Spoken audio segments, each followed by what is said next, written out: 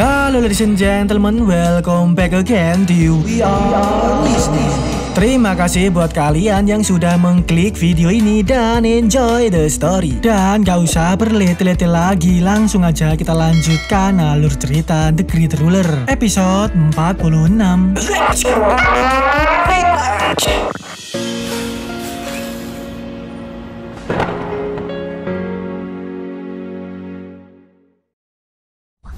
这次的任务对于你们而言太过危险，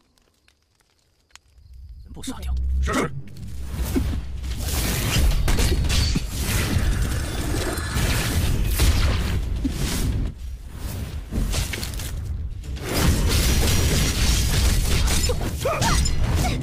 没事，在那儿，追。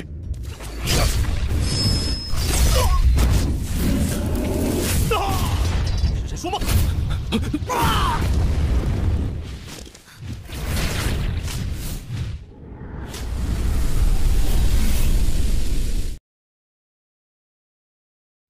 Lanjut dari episode kemarin, yang dimana Mu Chen terciduk oleh kelompoknya Tuan Muda Bailong. Memiliki niat untuk ngeponteng-ponteng Mu Chen. Walaupun diciduk banyak orang kayak gitu, Mu Chen ini nggak ngeredek sama sekali. Malahan dengan santainya, Mu Chen langsung meluncurkan serangan ke arah Tuan Muda Bailong. Dijotos mundur oleh Mu Chen. Hal ini pun memicu amarah mbah pendamping Bailong. Langsung berupaya untuk melakukan serangan balik menjotos si Mu Chen.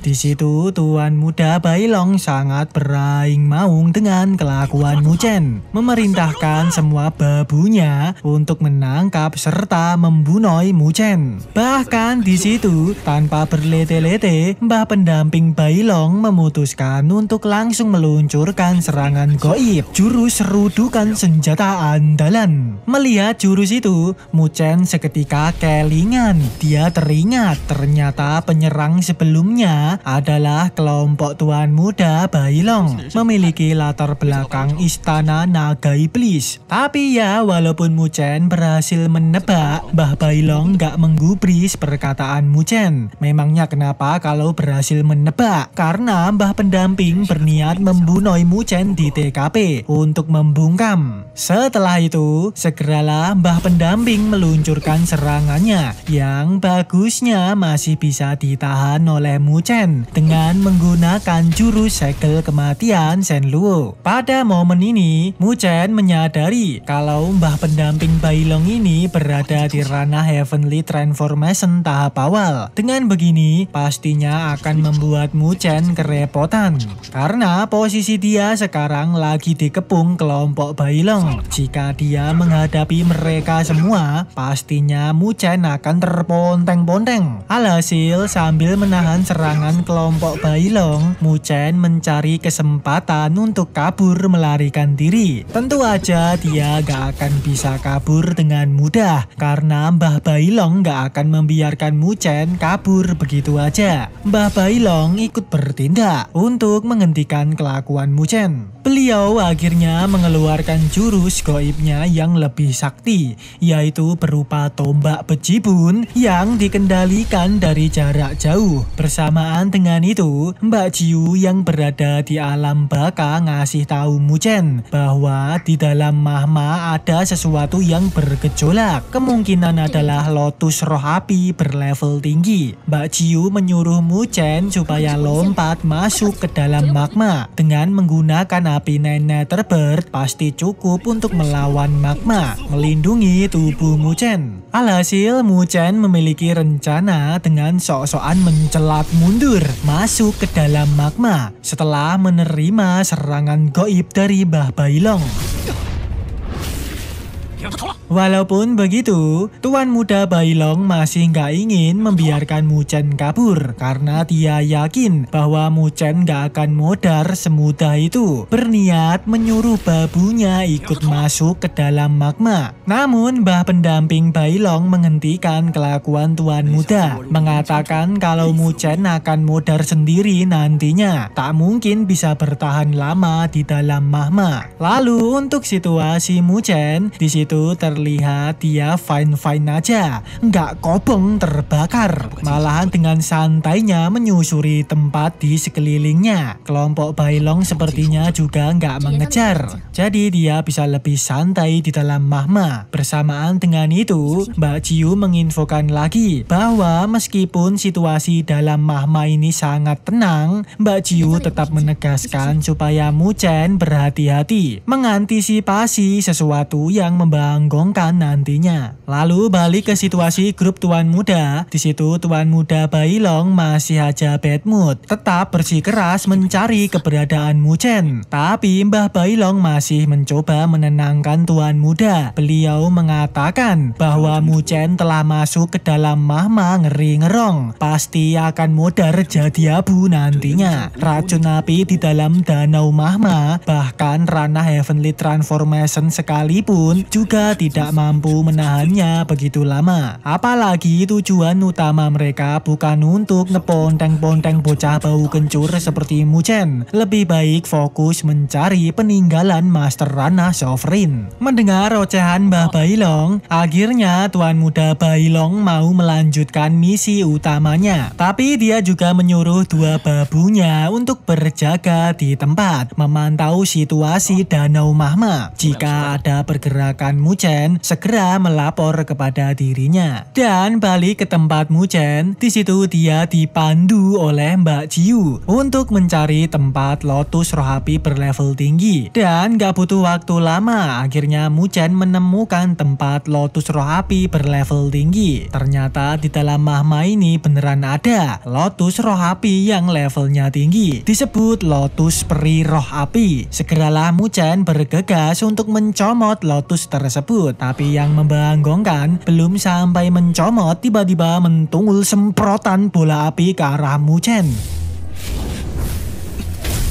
Dan terciduklah, ternyata itu kelakuan siluman ulo mahma segede gaban bernama Raja Piton Pemakan Api. Pantas saja di dalam mahma ini sangat hening dan tenang, ternyata dijaga oleh siluman piton. Dikatakan Raja Piton Pemakan Api ini setara dengan ranah Heavenly Transformation tahap menengah. Jika Muchen memaksa untuk adu mekanik melawan siluman piton, pasti nanti akan berakhir suram. Alhasil Muchen memutuskan untuk kabur dulu, menghindari siluman piton. Dan ya bisa ditebak, siluman piton akan mengejar Muchen sambil meluncurkan semprotan bola apinya. Ditambah lagi, kecepatan siluman piton ini lumayan lincah. Muchen gak bisa kabur dengan mudah. Dan jika tidak mengatasi siluman piton yang terus mengejar ini, mungkin dia gak akan bisa lepas dari kejarannya. Alhasil Muchen pun memilih nekat untuk melawan siluman piton.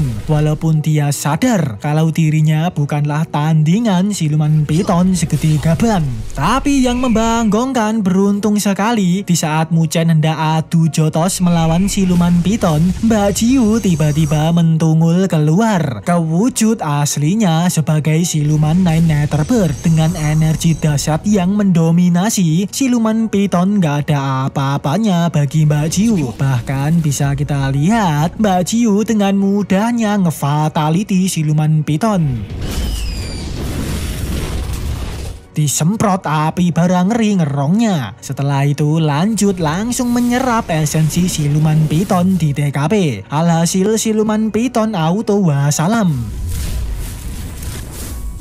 Modar. Hal ini pun membuat Muchen kadapat. Baru pertama kali Mbak Jiu keluar dari tubuhnya. Apakah Mbak Jiu ini sudah sepenuhnya pulih? Kok sampai bisa berubah menjadi wujud aslinya? Lalu Mbak Jiu menjawab, apa yang perlu dikagetkan dari hal ini? Lagian gak ada orang di sekitar sini. Ya keluar aja untuk meregangkan otot, menggertak ular nyiteng untuk bermain-main aja. Setelah mengatakan itu, Mbak Jiu balik lagi masuk ke dalam tubuh Muchen. Mbak Jiu juga sok-sokan berkata bahwa mereka kan sudah memiliki jalinan darah, jadi tak ingin terseret Muchen modar hanya karena siluman ular nyiteng. Dan Muchen pun berterima kasih banyak atas bantuan Mbak Jiu. Lalu tak disangka setelah Mbak Jiu menyerap esensi siluman piton, dia mendapatkan sebuah benda misterius yang sayangnya nggak bisa bisa dia serap. Alhasil dikasihkan aja kepada Mu Chen. Benda tersebut bernama plat naga putih. Kemungkinan besar adalah peninggalan Master Naga Putih Ranah Sovereign. Tapi belum tahu apa fungsi dari benda tersebut. Lebih baik disimpan dulu. Selanjutnya, Mbak Ciu menyuruh Mu Chen untuk segera mengambil lotus peri roh api, serta disuruh sekalian menyerap lotus tersebut. Mumpung di sekitar sini masih ada sisa aura siluman piton, jadi Mu Chen bisa dengan aman menyerap lotus peri di TKP tanpa ada gangguan makhluk lain. Tanpa berlete-lete lagi, segeralah Mu Chen menjalankan aksinya, mencomot lotus serta menyerap. Sementara di sisi lain, Xin memperlihatkan dua babu bailong yang tadi disuruh Tuan Muda masih aja berjaga di Danau Mahma menunggu pergerakan Mu Chen. Hingga selang beberapa menit, Mu Chen pun mentungul di TKP. Berarti Mu Chen telah selesai menyerap lotus peri roh api. Langsung dengan cepat keponteng-ponteng dua babu tersebut. Tak diduga, setelah Mu Chen menyerap lotus peri roh api, dia naik tingkat menjadi kerana Heavenly Fusion tahap menengah. Ini adalah pencapaian yang bagus bagi Mu Chen. Api bara Nine Nether Bird juga jauh lebih kuat dibandingkan sebelumnya. Dan setelah Mu Chen berhasil mendelosorkan dua babu bailong, dia pun bergegas untuk mencari kawan-kawannya. OTW terbang. Sementara Xin berganti memperlihatkan situasi Mbak Anran yang berada di lokasi yang bernama Aula Batu Tempat Gugur. Nampak Mbak Anran sedang mencomot sebuah benda misterius dari sebuah patung batu. Benda itu bernama lingkaran roh naga. Sepertinya adalah sebuah senjata peninggalan keramat. Awalnya situasi Mbak Anran ini fine-fine aja, hingga di saat dia hendak cabut, apes sekali malah ketemu sekelompok geng liger yang berniat merebut benda keramat milik Mbak Anran.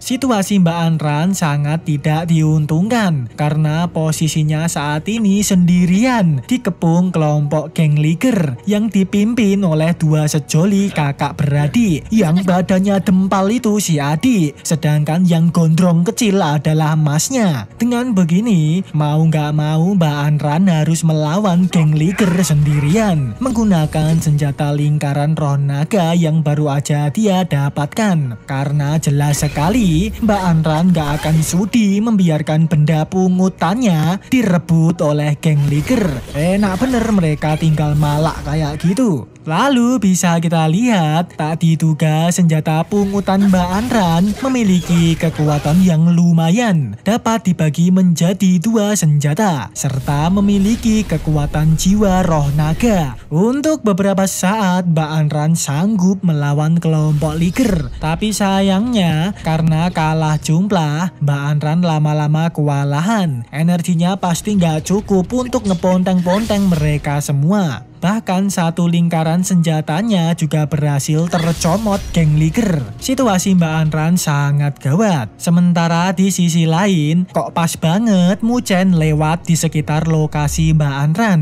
Dia menyadari bahwa telah terjadi tawuran di sekitarnya, serta terdengar suara Mbak Anran. Dengan begini, segeralah Mu Chen OTW mencari keberadaan Mbak Anran. Lalu balik ke situasi Mbak Anran. Di situ dia sudah mulai terpojok, sulit untuk melawan geng liger sendirian. Hingga pada momen Mbak Anran hendak di fatality geng liger, pendekar Mu Chen mentungul di TKP, langsung melindungi Mbak Anran menggunakan kekuatan seni pagoda agung. Teknik spiritual warisan emak. Dan episode pun bersambung, ladies and gentlemen. Terima kasih buat kalian yang sudah menonton video ini sampai habis. Kalian benar-benar andalan. Dan oke, ladies and gentlemen, kita tutup videonya sampai di sini aja. Nantikan video terbaru dari We Are Listening. Oke, see you in the next level. Bye.